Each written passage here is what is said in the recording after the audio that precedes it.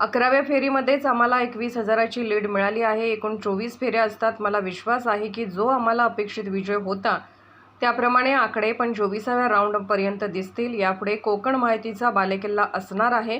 येणाऱ्या विधानसभेमध्ये देखील हेच चित्र पुन्हा दिसेल, पण जी सुरुवात आहे ती निश्चितच दमदार आहे।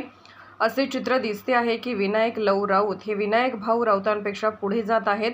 जल्लोष कसा असतो हे महाराष्ट्राला दाखवून देऊ। निकाल यायला लागलेले आहेत। राणे साहेबांच्या बाजूने काय सांगा? नाही, ही तर सुरुवात आहे।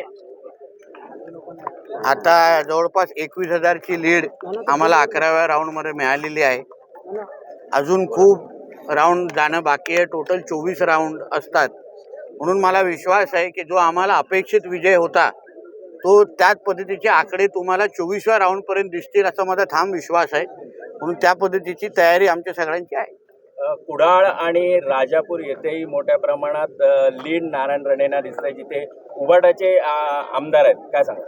शेवटी ह्या पुढे कोकण आणि रत्नागिरी सिंधुदुर्ग हा भारतीय जनता पार्टी आणि NDA आणि महायुतीचा बालेकिल्ला असणार आहे। यापुढे येणाऱ्या विधानसभेमध्ये तुम्हाला हेच चित्र पुढे दिसेल।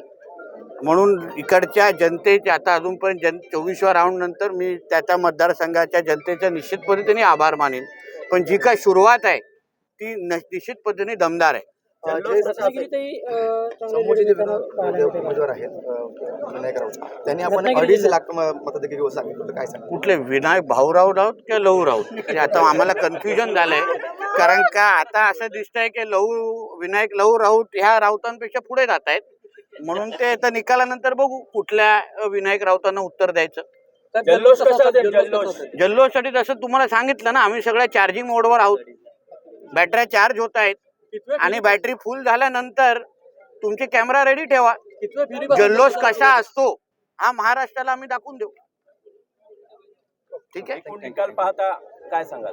ना तो अजून एकूण निकालावर मी अजूनपर्यंत लक्ष घातलेलं नाही, कारण का पूर्ण लक्ष ह्या मतदारसंघावर आहे। एकदा सगळे इकडून लक्ष थोडं बाजूला गेलं तर मी एकूण निकालावर संध्याकाळपर्यंत बोलेन। रत्नागिरी जिल्ह्यात मिळणाऱ्या आकडेवारीबद्दल काय सांगा? ना अजूनपर्यंत पूर्ण आकडेवारी येऊन दे ना, लवकर घाई कशाला तुम्ही करताय? अजून घाई करू नका। अजूनपर्यंत 14 राऊंड जायचे आहेत। 14 राऊंड झाल्यानंतर टोटल 24 राऊंडचं योग्य पद्धतीने विश्लेषण आम्ही करू आणि आपल्या समोर आमचं मत मांडू। कोकणात पहिलंच कमळ रुजलंय। हो, आता ह्या पुढे पहिल्यांदा ना, ह्या पुढे कोकणामध्ये कमळच रुजणार, घड्याळच रुजणार आणि धनुष्यबाणच रुजणार एवढं विश्वासाने सांगतो। थँक्यू।